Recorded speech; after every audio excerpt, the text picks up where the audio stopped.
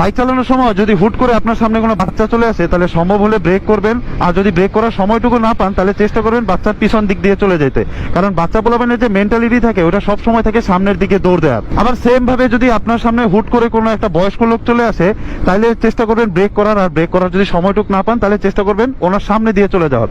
কারণ বয়স্ক লোকদের মেন্টালিটি থাকে হচ্ছে সবসময় পিছন দিকে চলে যাওয়ার বা এক জায়গায় থেমে যাওয়ার। সেম ভাবে যদি আপনি বাইক চালানোর সময় আপনার সামনে কোনো মধ্যবয়স্ক পুরুষ বা কোনো ছেলে মানুষ চলে আসে, তাহলে চেষ্টা করবেন ব্রেক করার। আর যদি সেটা নাও পারেন, তাহলে চেষ্টা করবেন জাস্ট স্লো করার। কারণ স্লো করলে সে ওইটুক সময় পেয়ে যাবে, সামনে পিছে ডাইনে বামে যেভাবে হোক সে কাটায় গুটা বের হয়ে যাবে। কারণ ছেলে মানুষের ওই এক্সপিরিয়েন্সটা থাকে। বাট যদি মনে করেন আপনার সামনে কোনো মেয়ে মানুষ চলে আসে, তাইলে ভাই ওটারে ইমিডিয়েটলি ব্রেক করেন এবং ওই জায়গায় ব্রেক করেন। কারণ মেয়ে মানুষের সামনে আপনি বাইক নিয়ে আসলে আপনি সামনে যান, পিছনে যান, ব্রেক না করলে আপনি যেভাবেই যান, ও প্রথমে ডাইনে যাবে, তারপর বামে যাবে, পারলে উপরে যাবে, নাহলে নিচে যাবে। এরপরে ওই জায়গায় দাঁড়ায় থাকবে, কানের মধ্যে হাত দিবে, চোখে হাত দিবে, বলবে ও মাই গড। আর যদি কোনোভাবে ওইখান থেকে বাইকটা ফিরতে পারেন, তাহলে যাওয়ার সময় ওই মেরে অবশ্যই একবার বলবেন